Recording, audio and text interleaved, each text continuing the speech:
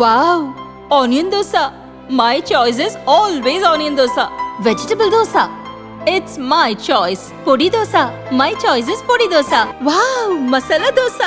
It's always my choice. Dosa வகைகளில் ஒவ்வொருவருக்கும் ஒவ்வொரு சாய்ஸ் இருக்கலாம். ஆனால் எல்லா வகை தோசைகளுக்கும் ஒரே சாய்ஸ் இதயம். சுரா கைட் 10ஆம் வகுப்பு பொதுத் தேர்வுக்கான புதிய பதிப்பு. அதிக மதிப்பெண் பெற சுரா கைட் அனைத்து புத்தக கடைகளிலும் கிடைக்கும். Also available on Amazon, Flipkart and surabooks.com. அவங்க இன்னும் ஃபெயிலியர் ஆகிடுவாங்கன்றது டெபாசிட் வாங்க ஏற்கனவே இந்த பார்லிமெண்ட் எலெக்ஷனில் பல இடத்துல டெபாசிட் போச்சு.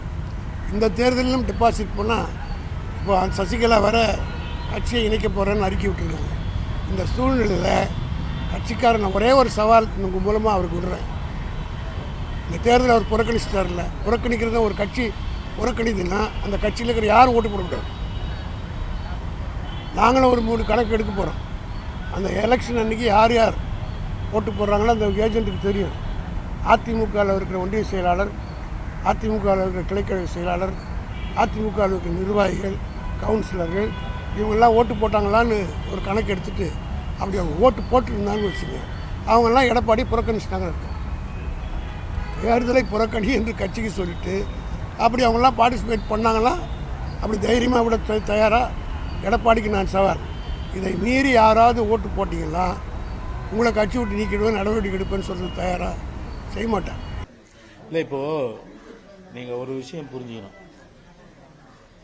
ஒருத்தர் ஒரு கருத்தை சொல்கிறாரு, அது திமுகவும் சரி, அதே போல் RS பாரதியும் சரி, ஒரு கருத்தை சொல்கிறாங்கன்னா முதல்ல அவர்களுக்கு முகாந்திரம் இருக்கா, அதாவது லோக்கல் ஸ்டாண்டு என்று சொல்லக்கூடிய அந்த முகாந்திரம் இருக்கான்னு சொல்லி பார்க்கணும்.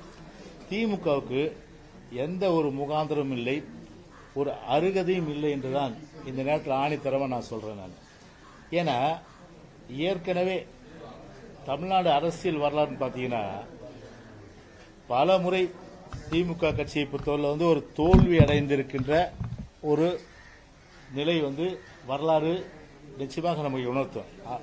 கிட்டத்தட்ட பார்த்தீங்கன்னா RK நகரில் டெபாசிட்டே போச்சு திமுகவுக்கு.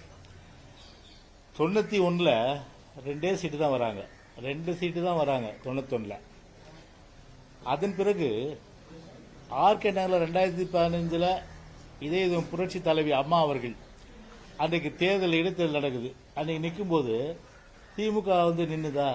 ஏன் நிக்கல? அன்னைக்கு திமுக நிக்கல. அன்னைக்கு அப்ப திமுகவுக்கு என்ன அருகதை இருக்கு பேசுறதுக்கு? திமுக நிக்கல. ஏன் நிக்கல? RS பாரதி கேளுங்க நீங்க.